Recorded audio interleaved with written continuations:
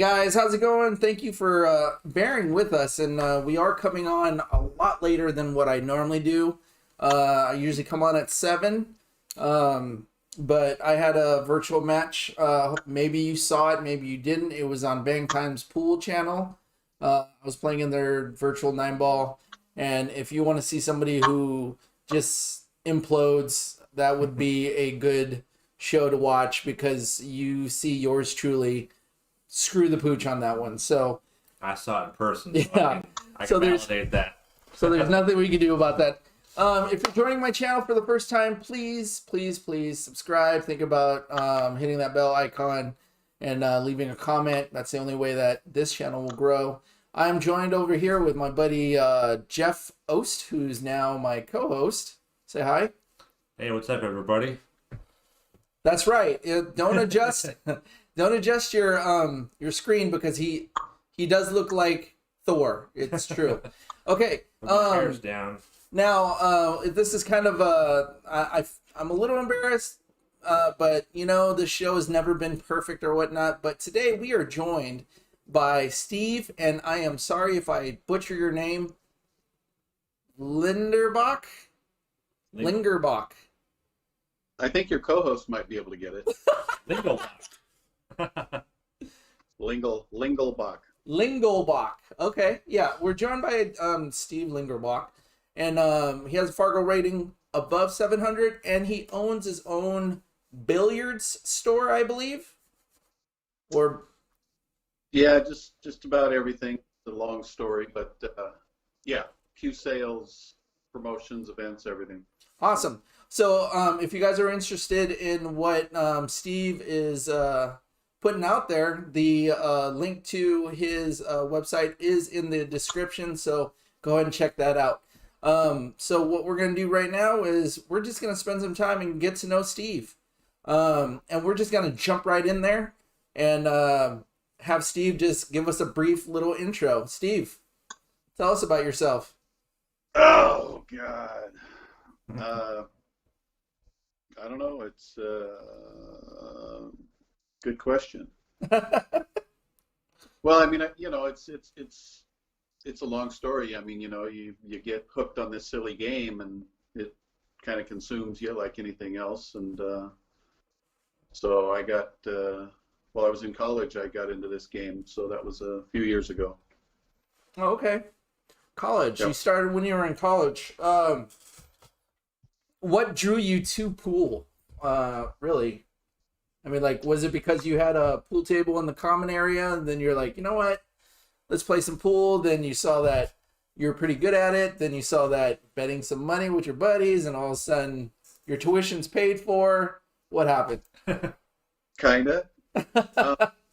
Well, I was on a college scholarship to play ball at community college, so they had the old commons area where you would eat and some pool tables, and they would play of all things, they played 3-ball. They put 3 balls up there, Oh yeah. you know, and I couldn't play a lick, but I still was able to make some money, and I knew nothing about what I was doing. So a few months later, the shortstop on the team took me and the catcher to a pool room. It was called Billiards and Bagels out in Gresham, Oregon. And next thing you know, he hired me to work there. And, you know, then the story went from there. I got my first cue, started playing, and pretty competitive. So that's the way it's been ever since. Right on. Speaking of which, you mentioned your first cue. Do you remember what your first cue was, and like the weight, the maker, what kind of tip you were using? Yeah, I remember who I bought it from. I remember everything about it. It was a pretty cool day. It was a bird's eye maple no wrap.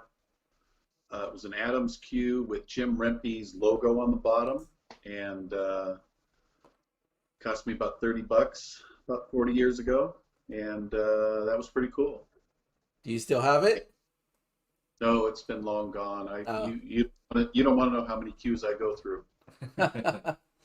I've got about 400 in stock, so it's a lot of cues. Right on. Where is your shop located at?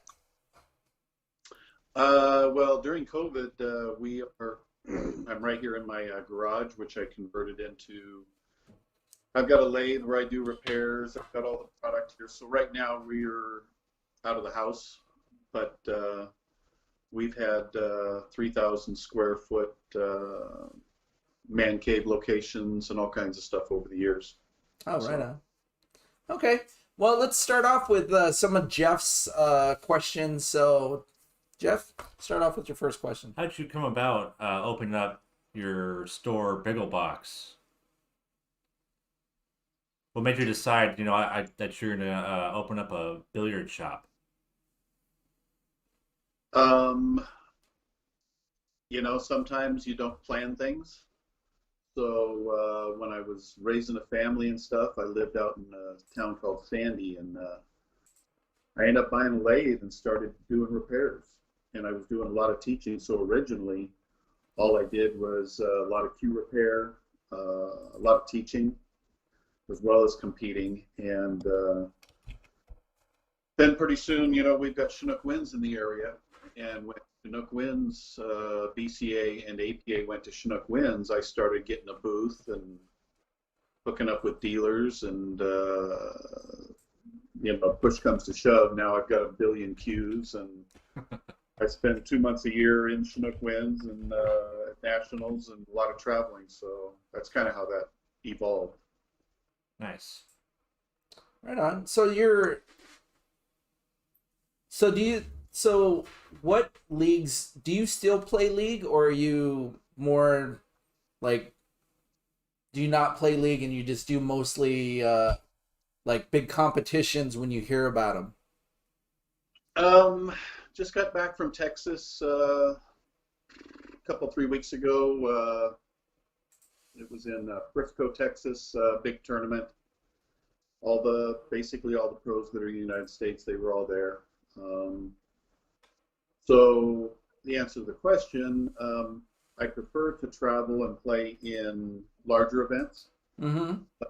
Still get my weeks in BCA. You've got to get 8 weeks in. So anymore, Chinook Winds and the local BCA has turned into a nice time to meet up with a lot of people you haven't seen for 6 months since the last event. And because we have a booth there, everybody sits down in the booth and socializes. So it ends up being a big social thing as well as playing in it. So that type of thing. Right on, right on. Going to the open chat just real quick. Little Crit, I just want to say shout outs to Todd. Thanks for joining us. Backwards Billiards. We got little Chris in there. We got Dana, the practice room. And then we got Jim from Bangtime Pool joining us as well. Nice to see you guys. Thanks for joining us. Little Chris wants you to know that he has a lathe as well. Anyway, so I'm going to jump into the more interesting questions, only because I'm kind of your smarty alecky kind of pool player or whatnot. So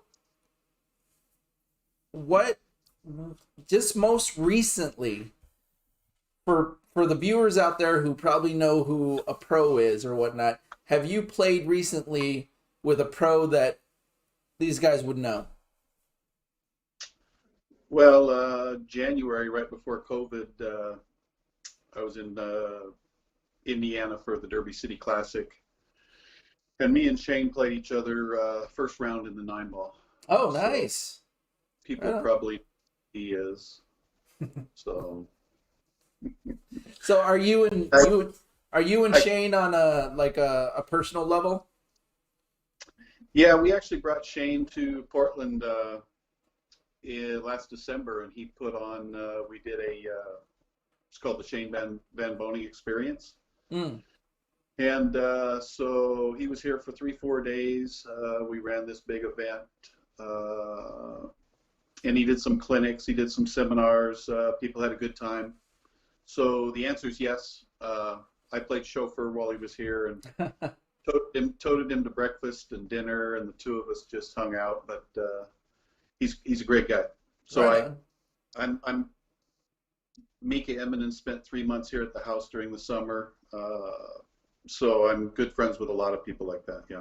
Awesome, awesome. Jeff, you Nice. I got was a, I was actually at both the clinics, the Shane Van Boning and the Mika Immonen one too, that you had up here in Tacoma. That was a lot of fun. I mean, I completely changed the way I break in 9 ball thanks to Mika. You know, he's a really really good teacher. Speaking of which, how long have you been a pool instructor? Uh, After I started reading a lot of books in the early days and learning stuff, I started kind of creating things on my own and doing a lot of teaching with some of the young guys. Even though at the time I was 22, 23, we had some 15 to 17-year-old kids that, so quite a while. Yeah. Nice. all right. So we got a question in the open chat. I'm gonna go there right quick. Um, see if I can capture it. So Dana from the practice room has a question for Steve. What bothers you most about amateur pool players you run into either during league or tournaments? That's awful broad. I mean, uh, I wouldn't say anything really annoys me about amateur pool players. I mean, everybody's got a different Fargo number. When you go to tournaments, they put people in classifications. So in BCA, I don't compete against, you know, people out of my skill level, you could say. Mm-hmm. Pro tournaments, you're going to have a lot of pros there, and you're going to have guys that, can't win the tournament stuff. In poker, they call it dead money, but it just is what it is. But I don't, you know, I endorse people wanting to step up and play up. You're Yeah. not going to get any if you don't play people better than you. It's just it's a fact. I'm at the one of the clinics, probably the one we did up in Tacoma. I asked the crowd how they get better, and I got probably 5 different answers. And then I looked over at Mika, and he said the exact right thing. He said, "You only get better when you lose." So you really don't learn a lot from winning. It's getting beat up. So you got to play up. And let me tell you, Steve, I got beat up today in the little virtual nine ball match. Oh, in the format that we're playing, right? They're playing the three ball rule, the 3 ball rule, where you break and 3 balls have to pass the head string on the way back. What Right. so for us amateurs, that was a little challenging, but how do you feel for you top players where they move the 9 ball or the 1 ball, well no, the 9 ball on the dot instead of the 1 ball, just to make it a little bit more challenging?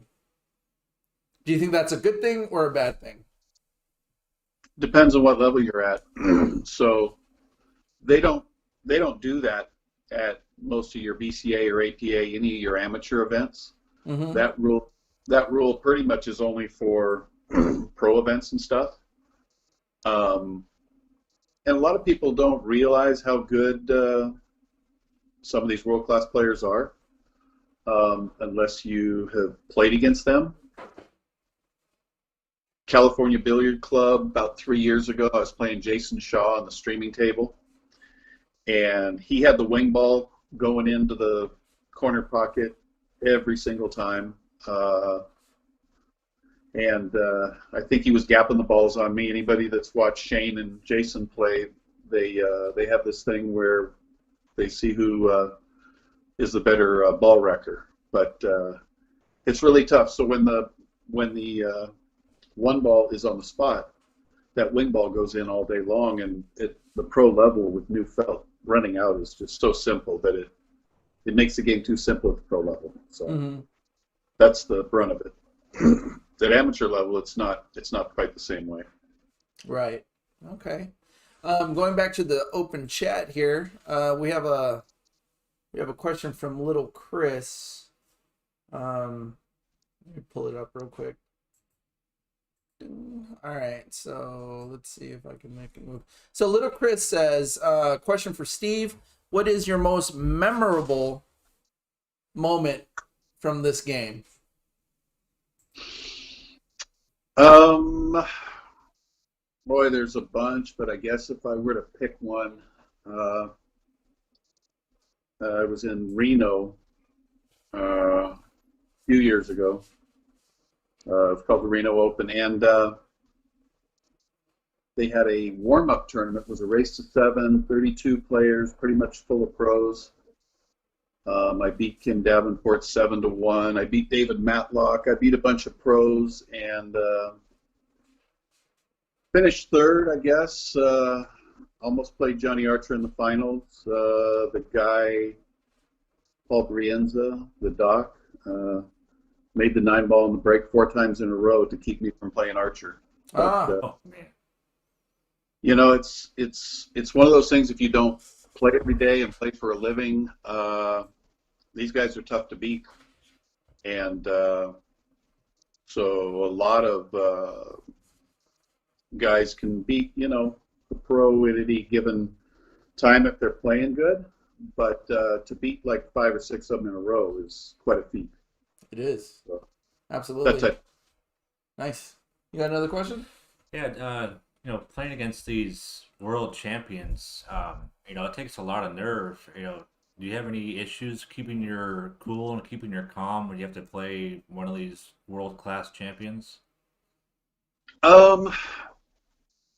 What I would say about that is it's a process. Anytime you move up in levels and you go from playing, say, top regional players to players in the United States and then players in like the U.S. Open and the World format, you've got to get comfortable. So you are not going to be able to play your game and compete against these guys until you feel like you belong and you can get comfortable. And it takes a little bit of time. Anybody who steps up levels. But at this point, I've been doing it for quite some time, and sometimes I take it personal. I played Arcolo several times, and I had him beat pretty good in California once, and I just got mad. So sometimes I use kind of a personal thing. I kind of get mad at him and just fight. It's like a fight to the death. So the nerve, once you get to that point, they go away, and it's just you against them. Right on. Okay. So here's a question for you, and this is where I'm going to go a little bit out in the left field, but not really. So if you had to choose a Scotch doubles partner, who would you pick and why? It doesn't, and it could be a female or a male. For me, that's easy. It would be Ralph Souquet. Oh, okay. Yeah. Only because obviously I could pick guys with a higher gear, the Shanes or people like that. But I really admire the way Ralph thinks the game and the way he plays. He plays it very similar to the way I do. It's a little bit technical, always being on the proper side of the ball. And I remember I was watching Derby City one time, and Danny Villaberto is commentating, and he's going crazy because Ralph has 3 balls and they're all stop shots. And he goes, "Why is he taking so much time? Why is he walking around the table?" And then Cardone looks at him and says, because that's the way he does it. Right. It's just his style. So he really makes sure he's very that he doesn't make mental errors. How's Right. that? Right. So type of thing. But that's kind of why I admire the way he plays. You got another question? Thought about it for a second. Okay. Obviously, here's a question for you and this is coming from me. Do you think that there is an age where you're gonna know whether if you're gonna be a pro or you just don't have a chance? That's a little weird question, but I'm just saying, like, for me, now I'm 47. I think I shoot a decent stick, but like if I really bear down and do the practicing for like 8 hours a day, do I have a chance of just saying, okay, I could probably go pro, or is it too late? How long have you been playing? I want to say about 18 years. Like just picking up a stick and just shooting, or are we talking about like where I finally got my crap together and made it to a 7 and made it to a 7 and 9 ball? No, what's your Fargo? 5. I just looked at it. 514 now. So you're asking me if you can be a pro? Is that what you're saying? No, I'm not asking if I can be a pro. I'm just saying that at some point, if I like really bear down or whatnot, starting right now, can I could I just say, okay, now I'm a pro once I do all the, I guess the heavy lifting and whatnot, and the table time and the tournaments and whatnot. The reason why I'm asking is this, like, I play for recreation, but sometimes I get a little like fairy in my head saying, you know what, Dante, you could probably be a pro, or do I just continue to play recreationally? I mean, No, honestly, Steve, be brutally honest. I'm gonna be brutally honest. I'm gonna say there's really no way. I've been around the game a long time, and the Johnny Archers, the Alex Paglions, the Nick Varners, the Shane Van Bonings. I've seen all those guys when they were 15 years old, and Nick Varner started playing when he was 4 or 5. But Alan Hopkins was a world champion at 15, Miserak. So if you go right through the lineage, these people get good quick. And after I'd been playing a few years and I moved to California to play for a living, when I told a guy that was a teacher that I'd been playing for 5 years, he basically called me a liar. And his name was Ted Brown. He was a teacher. I took lessons from him. But so I mean, in the long run, and my answer to him on that was, there's no reason to lie. I've been playing for 5 years, and so I was down there to become a pro and play at that level and learn from those people. And but the answer is, the people who kind of have it, it comes quick. I don't believe you can be a 500 Fargo and even with just playing pool all day, turning yourself into a 700 or 750, within a year or two. It's not impossible, but it's not the norm. I kind of tell people, Tiger Woods and Michael Jordan, personally, I believe they were born champions. Now they had to work their butt off. Right. And Kobe Bryant, from everybody you talk to, Shane, Earl, they all practice like a demon. Right. So that comes in there also, but it's tougher the other way. It's really tough to people only have so much hand-eye coordination. Right. It takes a lot of that. It takes a lot of natural talent. And like, you've ever seen Michael Jordan go up when he jumps up in the air and there's guys all around him, and he puts the ball in his right hand, then he puts it in his left hand, and then he does a twisty. There's no book. There's nothing in the world that taught him that. Right. Other than natural, this is what I'm going to do, and I decided it a half a second ago. And so kind of those kind of things, if that kind of makes sense. Yeah, absolutely. Yeah. I have seen players and been teammates with players and things who I felt didn't have a ton of raw talent, but they spent every day in the pool room. And they weren't world champions, but they were top regional players who worked their way to that kind of skill level. So Yeah, there's different thought processes, but I've been around a lot of those guys, and a lot of them are just born with it, you know. Right. So like my friend Darren, Mr. Edit One, and my buddy Ron from Russian Crush Gaming. Basically, what you're saying, Steve, is there's a chance. No, I'm just joking. I'm joking. You got another question, or you? Yeah.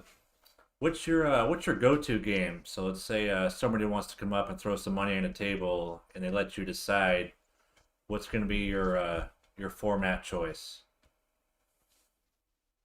If I'm gambling, Yes. one Well, pocket. first of all, let me ask you this, Steve. Do you gamble on a normal? Do what? Say it again. Do you normally gamble? Like, are you a gambler? Yes, I enjoy gambling. Okay. All right. That thing, yeah. Right on. So then, what's your favorite go-to game then? One pocket, either one pocket, or if I'm around where there's only bar tables, it would be 8-ball on a bar box. 9-ball is really a pretty simple game. There's a lot of young kids that come up and within the first few years of playing, 20 years old, young, strong. They break the balls like like Shane, and run out from everywhere. But to learn one pocket and 8-ball is it's a little bit different. It's a different thing. There's you've got to have a ton of skills, knowledge, be able to shoot a lot of different shots. Right on. Going back to the open chat, we do have a question for you. Beard King, is there any player from your younger days that you enjoyed watching the most or modeled your game after? Well, when I was first learning to play, like I said, I really enjoyed, once I got better, watching Ralph Souquet. But probably before I liked watching Ralph, the person that I really enjoyed watching was Rodney Morris. His stroke was so fluid, and he ran out without thinking. He very much a rhythm player. There's a reason they call him Rocket Rodney. I've got to the chance over the years to play pretty much all these players, and the time I was playing Rodney in Reno, I had him down like 6-3, and then he ran 6 racks on me and just finished the set. Oh man. Yeah. Wow. He's that lethal. Yeah. But unless people have been in that situation, you get a lot of respect for these guys that do this for a living, and these world champions. I've had them down before 8-1, 7-2, going to 9. I had Ralph down 8-2, something like that, going to 11 in California, and I never got another shot. I think I jumped and kicked at a ball, and Wow. I lost the set hill. So you don't even need to make a mistake against these world class players to get beat. So it's a whole different kind of thing than people realize or see. So not only that Rodney looks like he's a big time wrestler, it would be a bad idea to bet him any money on the table, even though that he's quote unquote, past his prime. Is that what we're saying here? Well, Rodney. And just so you know, I actually had Rodney on about 2 weeks ago. Yeah. Yeah, we had him on the show. He's a really great dude. He's fun. He's down to earth, and I love him. So that's why I feel confident that I can actually say that about him. So anyway, yeah, you were gonna finish about Rodney. Where were you going with that? Yeah, not to pick a fight with him, and don't bet him money on the table. That's what I was saying. I got to gamble with Rodney in Phoenix a couple of years ago when I was there. We had some fun. You're right, though. Rodney is really down to earth. If you sit down and have drinks with him and dinner and everything, he'll crack about 400 jokes, Yeah. and you can't eat your food because you're laughing so hard. Right. Right on. Two of the funniest pool players out there. One of them is Rodney, and believe it or not, the funniest one easily that I've is John Schmidt. John Schmidt. John Schmidt's good friend, and when he starts talking about Earl and telling jokes about tennis courts and golf courses, and you basically you're falling on the floor laughing the whole time. Right. So John's hilarious. He could be a stand-up comedian easily. Cool. That's funny. Again, in the open chat, I want to take on some of these questions. We got some good questions coming in. We got Fred Vetters. He wants to know, what is your Achilles heel, and what is your favorite? What's your favorite cue maker? Achilles heel as far as playing would probably be my break. I enjoy I enjoy playing defense and the psychology of wrestling around with players defensively. If I had to make a living playing pool, you would probably see me breaking balls hours a day to improve it, that type of deal. Right. So that's probably the Achilles heel. What was the other question? The other question is, who's your favorite cue maker? Or, yeah. What is your favorite cue maker? You could be biased and say you. It's cool. Making cues is tough. I kind of dabbled with that for a while, but there's a lot to it. Currently, I'm good friends with a cue maker named Shelby Williams. He's out of Sherman, Texas. We carry his cues, and I met him about 3 weeks ago when I was in Frisco. Great guy, younger cue maker. As far as the old Hall of Famers and stuff like that, if I were to pick one, I'd probably pick Bill Schick. I really like his cues. Mm-hmm. Okay. Yeah.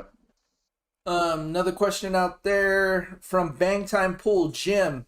He wants to know, can you give us a heads up or somebody to look out for, a younger player to watch out for that maybe you've been tracking yourself? Like somebody to look out for? Like in our area, we have Daniel Sarncio.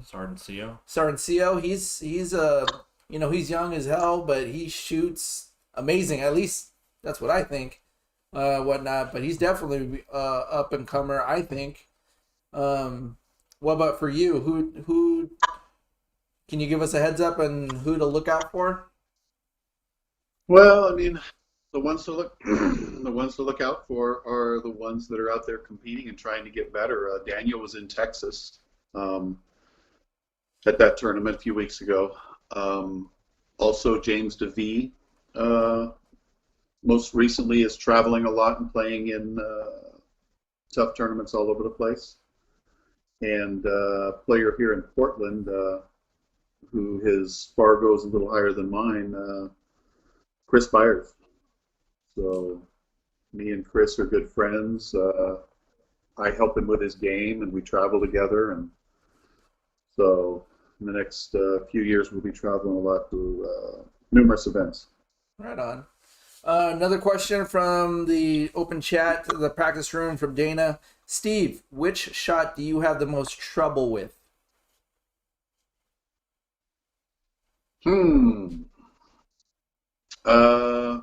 It's probably pretty common with most players, longer shots. Something that's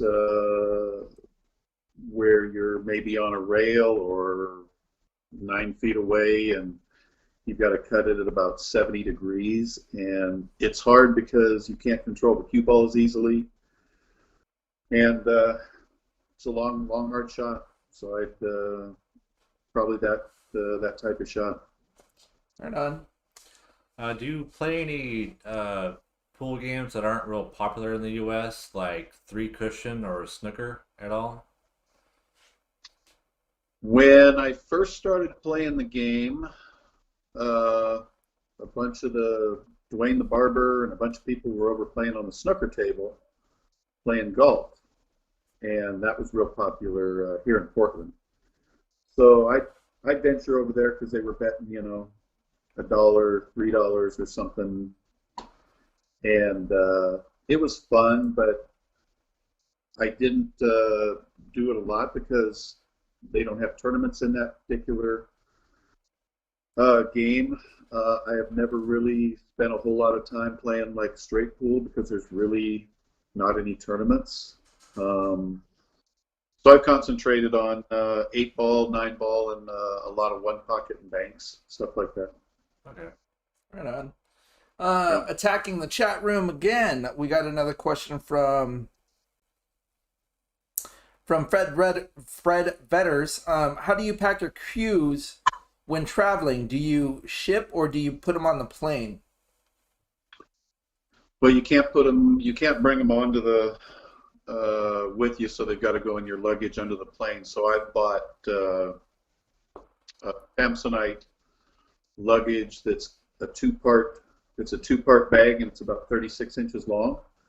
And I put the cue in the bottom of the baggage in my luggage, that type of thing. So, and it's pretty safe in there. Oh, right on. Okay.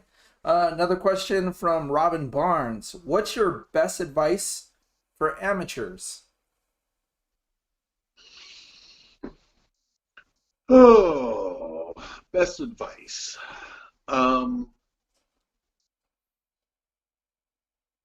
Probably if they're serious about the game and want to get better, once they're comfortable holding the cue and doing the basics, I would say to find an instructor who knows what they're doing and have them get you in alignment and fix your bad habits before they become harder to fix. That type of thing. And that is get a little.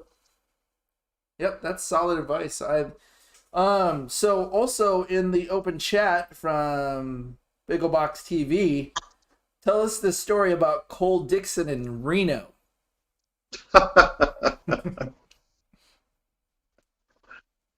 Well, I've been playing a long time, and if it's storytelling time, you can talk a little bit. The person that probably chimed that in is a guy named J.D. Stubenberg. Yeah, we matched up. We were playing for either 30 or $50 a game, and I like Kahlua and creams. So I think Cole Dixon was drinking beer. I'm not sure if he was on the Kahlua and cream bandwagon, but we're gambling, and we started ordering the Kahlua and creams by the tray. The waitress are bringing them by the tray. We take the glasses and we start lining them up across the back room at Sands Regency. And we must have got about 15 feet across the room. We've been playing for about 7-8 hours, and a janitor comes by and starts picking them up. So we stopped drinking because our goal was to reach the other side of the wall. That was another 20 feet.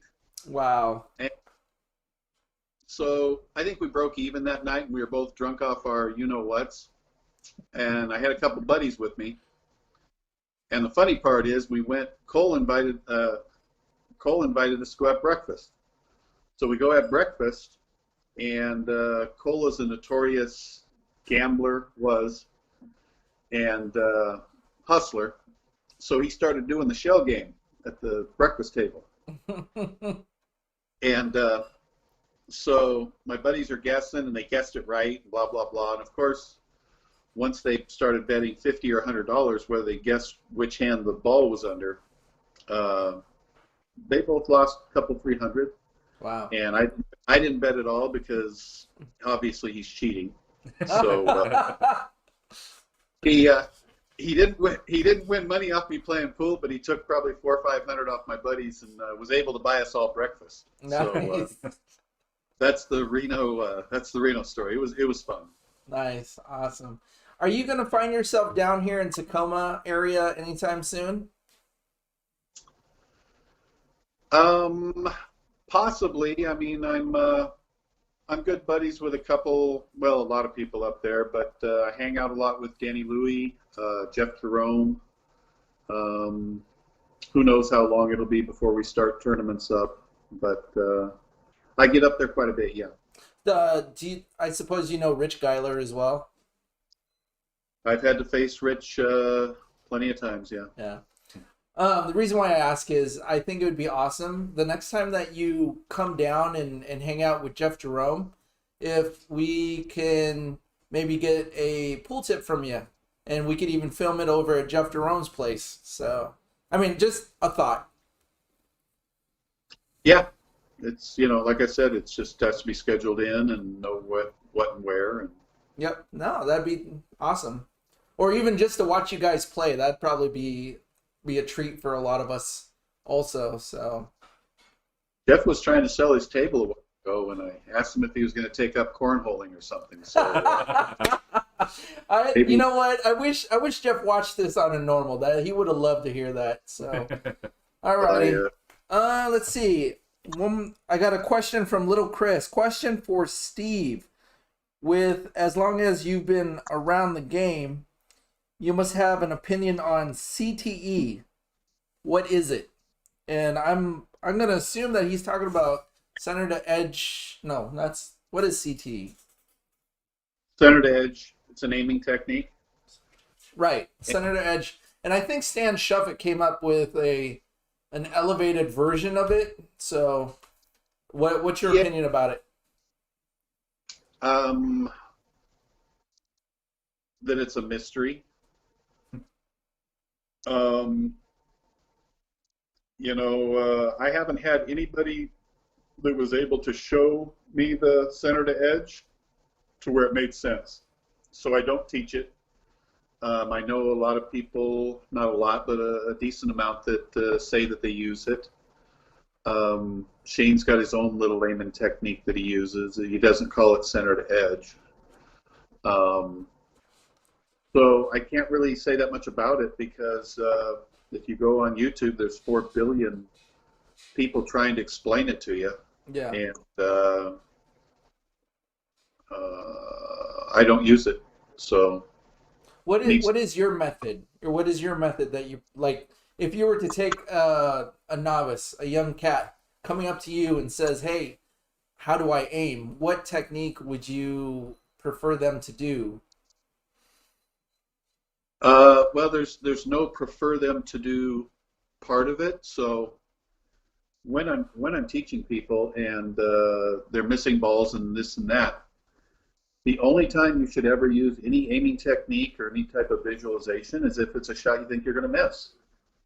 So you can't fatigue your mind by using techniques and all that stuff on every single shot because you want to try to keep your mind and stuff fresh and not beat yourself up. So there's obviously ghost ball. That's every single pool book out there shows you the ghost ball. I use one called paralleling my eyes, and a different visualization from the edge of the ball to the contact point. There's another one called double the distance. So when I'm teaching people, if they're having trouble with a certain angle and shot, I will give them a technique that helps them pocket that ball to visualize it better. Because that's all you really got to do. You just got to see that angle better. So all those techniques that you just mentioned, is there a difference if you have one eye that's more dominant than the other, or you actually because I know there's some people who don't have a dominant eye. They actually see equally with both eyes. That's how I shoot. Yep. So most people that can pocket balls fairly well, if they're right-handed, most of the time they're going to be right-eye dominant. when I get a new student, that's something that I look at. Is I take a look at whether they have their right eye over the cue stick or the left. And if they're missing balls, there could be an issue there. And so it's something I have to address. A lot of women that I've taught, maybe one out of four that are more novice level, they're right-handed but left eye dominant, and it creates a problem. Their dominant eye is over here on the side, and they can't make a ball in hand straight inside pocket. So once I fix where their eyes are, all of a sudden they start pocketing balls. So right on. It is an issue. Yep. Sorry, I had to chuckle a little bit because Dana from the practice room put down now Stan Shuffett has unsubscribed. I think that's kind of funny. Anyway, yeah, I understand that part. Just real quick, I just want to put out some shout outs to who's in the open chat. We had a bunch of people come in. Thank you very much. We're sitting at 24 right now. I'd really like to hit 30, but is it possible? I don't know. The only way that's possible if you guys share and tell your friends about it. So, little shout out to Tango Bravo Zulu. Thanks for joining us. We got Andrew. I'm not gonna butcher your last name. I'm gonna say Longoria. Okay, and you know, No. well, this guy, right? But I appreciate you guys coming in and hanging out with us. We're hanging out with Steve, and it's been really cool. I got a quick question. All right. So He has a quick question. Dante and I both need lessons very bad. So once these COVID restrictions start to lift up a little bit, how do we book lessons with you, Ooh, Steve? yeah, good question. The easiest way is just hunt me down, because in the future I'm probably going to, kind of like the Mika thing where I went up there and we did that little clinic there at Trudeau's. I'll probably be doing more of that. Most of the stuff in the past has been one-on-one stuff. But I think I'm going to do probably smaller clinics, some of that type of stuff, but I'm easy to get a hold of, bigglebox.com, that type of stuff. Right on. Okay. We got Bullard's VP. He's asking, do you know any good coaches that live in Vegas that you would recommend?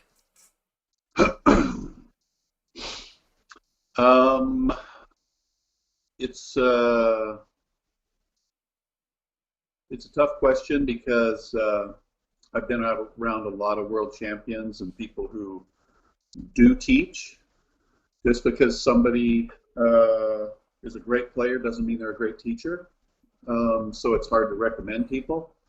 The two better players in the Vegas area, I think Tyler Steyer is still there. And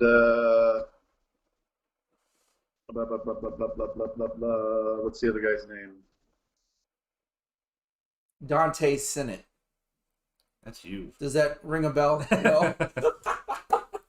I'm just joking, No. Steve. There's another player on the tip of my tongue. Blah blah. He played against us in the Oregon versus Vegas challenge a few years back. But there's a couple of top players there. But there could be other people there that teach that I just am not aware of that Right. might do a good job. So. Oh, that's cool. So I got another a question from Little Chris. The question for Steve: what would be your best advice to give someone that is just to a really bad beat? To adjust to a really bad beat. Sorry. I guess he's referring to the fact that I got my ass skinned up today. But what would you suggest as advice for somebody who just gets demolished one game? Well, the bad beat thing is going to apply during the match as well as after. So it's some people kind of in poker they call it what, steaming, you know, when you get a bad beat and they make bad moves right afterwards, stuff like that. But you know, the matches are so quick sometimes, you know, depending on the table and winter break and all the different stuff that players who kind of dwell and get mad in the middle of the match, things like that. Normally, once that happens, it's almost a recipe for losing. Oh, yeah. So I know that. I mean, you got to just learn to let go. You know, it's like when I looked over at Mika and said, you know, what do you do? How do you get better? And he said, by losing. So why get mad? Why not use it as a learning experience and learn from it? And try to not get mad and take yourself out of the match and lose just because the guy booked you 3 times in a row. So that's going to happen. You can't control it. Why get mad over things you can't control? You know? Right. Well, Steve, we're hitting that hour mark. I do appreciate the time that you spent with us. Are there any closing, I guess, remarks that you want to put out there? Anything you want us to look out for that you might be putting on? Anything that you want to promote? Any advice, last minute advice? Well, I mean, as far as people's games, I would recommend just having fun with the game, you know, and sometimes not take it so serious. Alex Paglian, if you're ever around him much, he's laughing constantly. He's absolutely hilarious. And so have fun with the game and learn, you know, obviously learn from your mistakes and practice and everything else, but game-wise, enjoy it. Enjoy the opponents and everything, that type of thing. Right on. I have to throw this in there. Practice Room wants to know what the recipe is for Kahlua and cream. Is it in the title, or is there something special about it? Nope, just Kahlua and half cream or whatever. Wow. Yeah, too bad I'm lactose intolerant. That would be a terrible drink for me. All right. Well, thank you very much. Jeff, do you have anything else? I do not. All right, Steve, it's been really fun hanging out with you, getting to know you. Definitely. When we get a chance, we'll try to find you. Again, consider if you do come down and hang out with Jeff, that we get together and see a tip or two and hang out sometime. But I do appreciate you hanging out, and I do appreciate everything that you do for the pool community. Well, thanks. And yeah, just put a bug in Jeff's ear. He's one of the good guys. Right on. He is. Yeah, we know. I go over there and play with him every now and again. He is a good dude. So yeah, he is. All right, for everybody else that is in the open chat, thank you very much for coming and hanging out. Thank you very much for all your comments and your questions. I appreciate it. Jeff appreciates it. I'm sure Steve appreciates it. Again, if you have not subscribed, please do so. Leave a comment if you can, and hit that bell icon so you can see more content from this channel. And don't forget that like button. And don't forget that like button. This Saturday, don't forget, we're doing our International Local Cup. That's going to be streaming from 9 o'clock to whenever it gets done. That should be kind of fun and entertaining to watch. Other than that, you guys have a good one. And like always, I hope to see you guys on the table.